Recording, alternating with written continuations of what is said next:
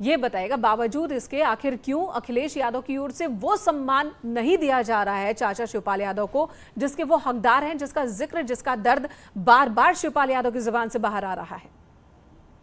देखिए, इस सवाल का जवाब तो आपको समाजवादी पार्टी की प्रवक्ता दे सकती हैं या समाजवादी पार्टी के लोग दे सकते हैं। इस सवाल का जवाब मेरे पास कहाँ से मिलेगा? मैं मैनपुरी के बारे में आपको बता सकती हूँ कि मैनपुरी एक ऐसा क्षेत्र है जो माननीय शिवपाल सिंह यादव जी के भी दिल के बहुत करीब है। उस क्षेत्र के हर घर, हर व्यक्ति, एक एक व्यक्ति से उनके व्यक्तिगत संबंध है, वो एक एक व्यक्ति को नाम से जानते हैं। और बिल्कुल, आज और से नहीं, मैनपुरी पिछले लोकसभा 50 क्षेत्र के अंदर ही सालों से जसवंत नगर विधानसभा सीट भी आती है जहां से विधायक उनका है शिवपाल ये सिंह संबंध यादव, है। और बिना इस क्षेत्र को जीते मैनपुरी को जीतना मुमकिन नहीं है। और यही वजह कि ये सवाल उठ रहा है नेहा कि क्या चाचा को मनाने की कोशिश हो रही है? अगर समाजवादी पार्टी चाचा से इतर भी अपना कोई कैंडिडेट समाजवादी पार्टी से खड़ी करना चाहती है, तब भी शिवपाल से बात कर रही है समाजवादी पार्टी या नहीं कर रही है? मनाना तो होगा ना उन्हें।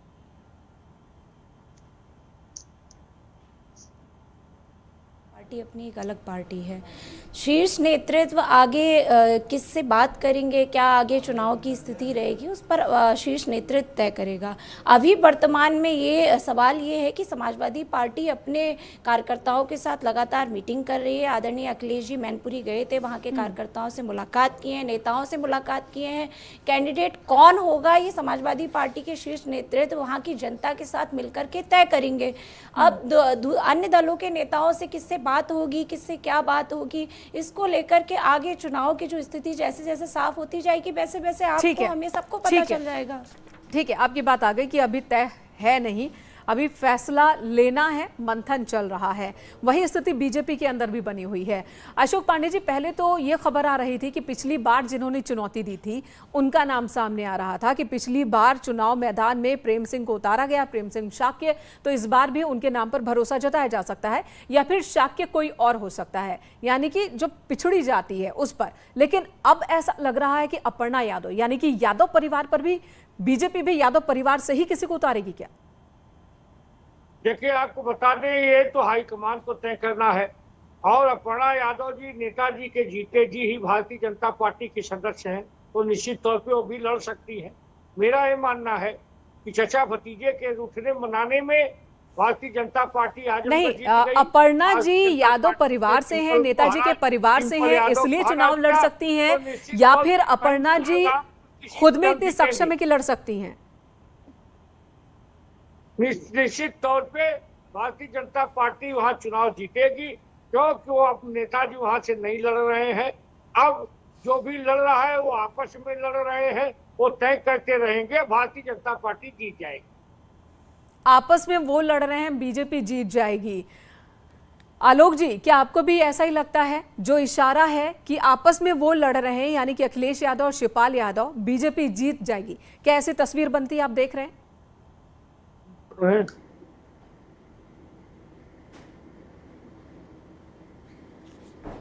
मेरे से प्रश्न किया आपने? जी बिल्कुल, आलोक जी सवाल आपसे ही है। देखिए, बंदरों की लड़ाई में बिल्ली को फायदा हो जाता है, ये तो पुरानी कहावत है। ये लोग अगर आपस में लड़ेंगे तो एक दूसरे का वोट काटेंगे, बीजेपी का वोट तो काटेंगे नहीं, तो बीजेपी को फायदा हो जाएगा। और जो इनका गढ़ है, आज जो बिहार बह रही है उत्तर प्रदेश में, वो बदलाव की बहार है, बिहार है, मैंने पहले भी कहा। उसके मुद्दे अलग हैं, वहां पर माफिया,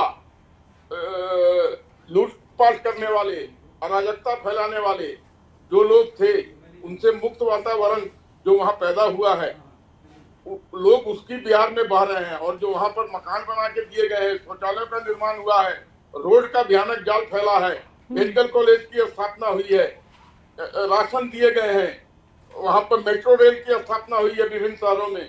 इस सब से वहां एक दूसरा माहौल पैदा हो गया है।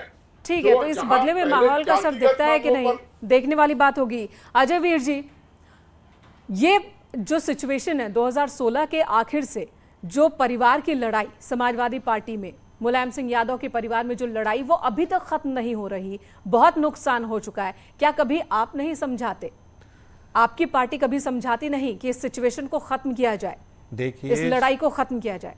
आदरणीय शिवपाल यादव जी की पार्टी अलग है, समाजवादी पार्टी अलग है। हाँ, परिवार उनका एक है और समाजवादी पार्टी के सिंबल पर ही शिवपाल यादव जी चुनाव भी लड़ चुके हैं पिछला। आज भी वो समाजवादी पार्टी के एमएलए हैं। तो निश्चित रूप से समाजवादी पार्टी के एमएलए हैं जरूर, लेकिन वही कह चुके कि समाजवादी पार्टी की ओर से जो सम्मान मिलना चाहिए वो नहीं मिलता। नहीं, सम्मान नहीं मिलता तो टिकट कैसे मिल जाता? कई बार तो हो चुका है कि ले लो आप अपना यादव जी का समाजवादी टिकट, विधायकी हटा दो विधायकी से हमें, शिवपाल कह चुके हैं। अगर शिवपाल यादव जी चुनाव लड़ते हैं तो उनका सम्मान सब लोग करते हैं, ऐसा नहीं है। समाजवादी पार्टी में भी, घर में भी सब सम्मान होता है और निश्चित रूप से शिवपाल यादव जी कोई ऐसा कदम नहीं उठाएंगे कि मैनपुरी में फिरका परस्त ताकतों को मजबूती मिले और समाजवादी जो कुनवा है वो कमजोर हो। यानी कि आप उम्मीद शिवपाल यादव से ही जता रहे हैं कि वो ऐसा कोई कदम ना उठाए। क्या अखिलेश यादव की ओर से कोई कदम उठाया जाएगा ताकि वो ऐसा कदम ना उठाए? नहीं, देखो, जो तो समाजवादी पार्टी का जो शीर्ष नेतृत्व है वो बातचीत कर रहे होंगे। वो दूसरी पार्टी है, उसके बारे में तो हम क्या कह सकते हैं। हम अपनी जानते हैं कि हम खतौली में पूरी तैयारी से चुनाव लड़ेंगे। खतौली विधानसभा में 2 चीनी मिल आती हैं, मंसूरपुर और खतौली। वहाँ का किसान सरकार से इतना नाराज है कि अभी पिछला गन्ने का भी बकाया भुगतान नहीं हुआ। मिल चालू हो चुकी हैं और अभी सरकार ने गन्ने का रेट भी वहाँ घोषित नहीं किया है। तो किसान इंतजार कर रहा है भारतीय जनता पार्टी के नेताओं से जवाब मांगने का। जब भारतीय जनता पार्टी के नेता क्षेत्र में जाएंगे तो उनसे पूछेंगे कि हमारा गन्ना किस रेट में जा रहा है। ठीक है, लगातार दूसरी बार बीजेपी ने जीत हासिल की थी यहाँ से और विधायक बने बीजेपी के, तो आपको लग रहा है कि ये मुद्दे भी काम करेंगे? बिल्कुल करेंगे। ये जनता के मुद्दे हैं, किसान नाराज है। इन्होंने पिछली बार भी जब चुनाव हुआ था कहा था हम पूरा भुगतान करा देंगे और अभी मिल चालू हो गए हैं। पिछला भुगतान भी किसानों का नहीं हुआ है तो और नए गन्ने के उसका पता नहीं है कि मेरा गन्ना किस रेट में जा रहा है। सरकार की हिम्मत नहीं हो रही कि उस गन्ने का मूल्य घोषित कर दे कि इस साल 2022 में गन्ने का क्या मूल्य रहेगा। चलिए, अब बात रामपुर की भी कर लेते हैं। रामपुर विधानसभा सीट, यहाँ पर भी आजम खान विधायक, लेकिन उनकी विधायकी हटने के बाद यहाँ पर भी उपचुनाव होना है। और रामपुर के बारे में सबसे पहले मैं आलोक जी आपसे ही जानना चाहूंगी। रामपुर लोकसभा सीट पर उपचुनाव, बीजेपी ने वहां पर कब्जा कर लिया, सेंधमारी कर दी। रामपुर अब विधानसभा चुनाव, क्या यहाँ पर भी सेंधमारी हो जाएगी? देखिए, रामपुर के लोगों ने पहले ही इंडिकेटर दे दिया है। उपचुनाव, जो लोकसभा के चुनाव में जो गढ़ माना जाता था वो ढह गया। मैंने आपको कहा ना, योगी जी के नेतृत्व में वहां एक दूसरी बयार बह रही है, जहां पर राजनीति से ऊपर उठ के कार्यों की बातें हो रही है, कार्यकलाप की बात हो रही है, अमन चैन की बात हो रही है, शांति की बात हो रही है, यूपी को आगे बढ़ाने की कवायद हो रही है। यहाँ जातिगत और ये सब चीजें और ये सब मेलजोल ध्वस्त हो रहे हैं। ऑलरेडी बड़े चुनाव में ये इंडिकेटर वहां के लोगों ने दे दिया है और मुझे लगता है कमोबेश यही स्थिति विधानसभा चुनाव में भी रहेगी। ठीक है, नेहा, रामपुर की क्या तैयारी है? देखिए, आदरणीय आजम खान जी पे जिस तरह से बीजेपी की सरकार बनते ही अत्याचार जो हो रहा है, जिस तरह से जुल्म और जाति की जा रही है, वो पूरे देश की जनता देख रही है और आगामी चुनाव में रामपुर की जनता बीजेपी को मुंहतोड़ जवाब देगी भी। और दूसरी रही बात, अभी मुझसे पहले जो बीजेपी की प्रवक्ता जी सबका साथ सबका विकास की बात कर रहे थे, मैनपुरी की विकास की बात कर रहे थे, तो मैं उस पर जवाब देना चाहती हूँ कि उत्तर प्रदेश में जब से बीजेपी की सरकार बनी है, एक जिला तो छोड़ दीजिए, पूरे उत्तर प्रदेश की हालत क्या बना दी है ये हम और आप सब देख रहे हैं। लॉ एंड ऑर्डर में उत्तर प्रदेश कहाँ चला गया है, किस तरह की घटनाएं सामने आ रही हैं, सब देख रहे हैं। चुनाव जीतने के लिए किस तरह से ये महिलाओं की साड़ियाँ तक खींचते हैं, ये भी पूरे उत्तर प्रदेश ने देखा है।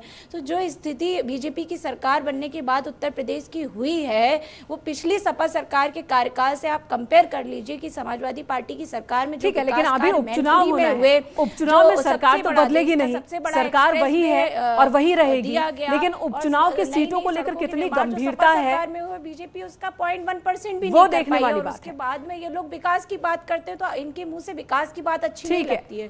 ये धार्मिक तुष्टीकरण, आप सभी को रोकूंगी मैं, बात करते हैं तभी आप सभी को रोकूंगी। बहुत बहुत धन्यवाद इस बार चर्चा में शामिल होने के लिए। मैनपुरी रामपुर विधानसभा चुनाव, वहां पर उपचुनाव होना है, मैनपुरी लोकसभा के लिए उपचुनाव होना है और सभी राजनीतिक दल इस वक्त नफा नुकसान के गणित में लगे हुए हैं। कैंडिडेट अभी किसी भी के तरफ से भी मैनपुरी को लेकर अनाउंस नहीं हुआ है। मंथन चल रहा है कि किसे खड़ा किया जाए, नाम को लेकर अभी मंथन जारी है। यहाँ रुकेंगे एक छोटे से ब्रेक के लिए, खबरों का सिलसिला जारी।